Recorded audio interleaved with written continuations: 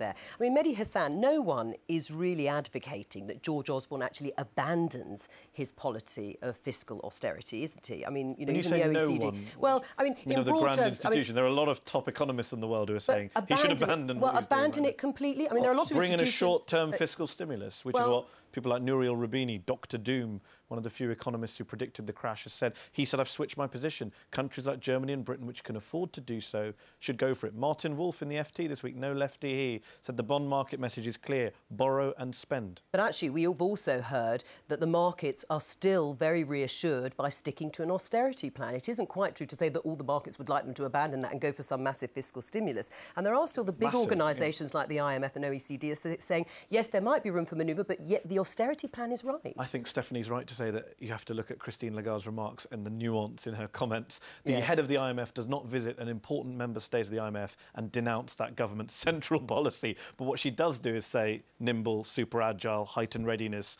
She said very clearly in her remarks this morning, she said there are countries in the world that are under pressure from the bond markets. They've got to do consolidation now, fast. There are others that aren't. They've got more scope for growth and go slowly. Clearly, Britain, Germany and America fall in those categories. Obama's recognised that belatedly. I hope Merkel and Cameron do. Didn't really work for him either, though, did it? Well, that's not true, actually. It actually prevented unemployment from going up. It didn't cut the jobs. No. But then people like Paul Krugman, Nobel Prize winners, say the stimulus wasn't big enough. All right, it's debatable, I think, and, you know, he's having to do it again. I mean, Sarah Sands, what's your response? Should George Osborne change direction and look at other options? Well, I think you can't be tentative about saying we need credibility. You can't. It's either sort of one or the other, and I think just to abandon it at this stage would be not just sort of politically unwise, but surely then everyone would panic. And the one thing you don't want at the moment is people panicking.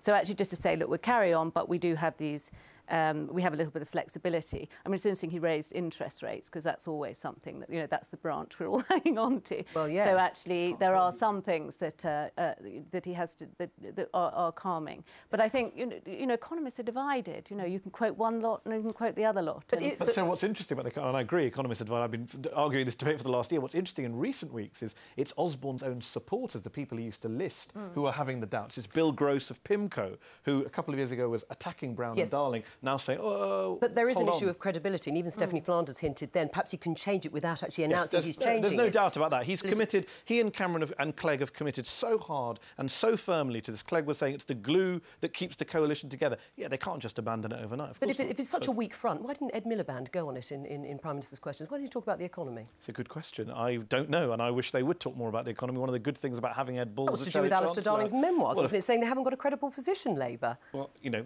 someone like me would say that Alistair Darling's position wasn't credible and he was one of the mistaken... You know, I think that actually trying to ape the Tories on cuts didn't help Labour at all, and saying we're going to have bigger cuts than Thatcher, as Darling said, and raising VAT. In fact, VAT is one of the tax cuts that they should make, that Ed Balls is advocating now, a temporary tax cut, as Obama is doing in America, as Christine Lagarde has suggested we do. Well, let's see if Ed Miliband chooses to go on it next week.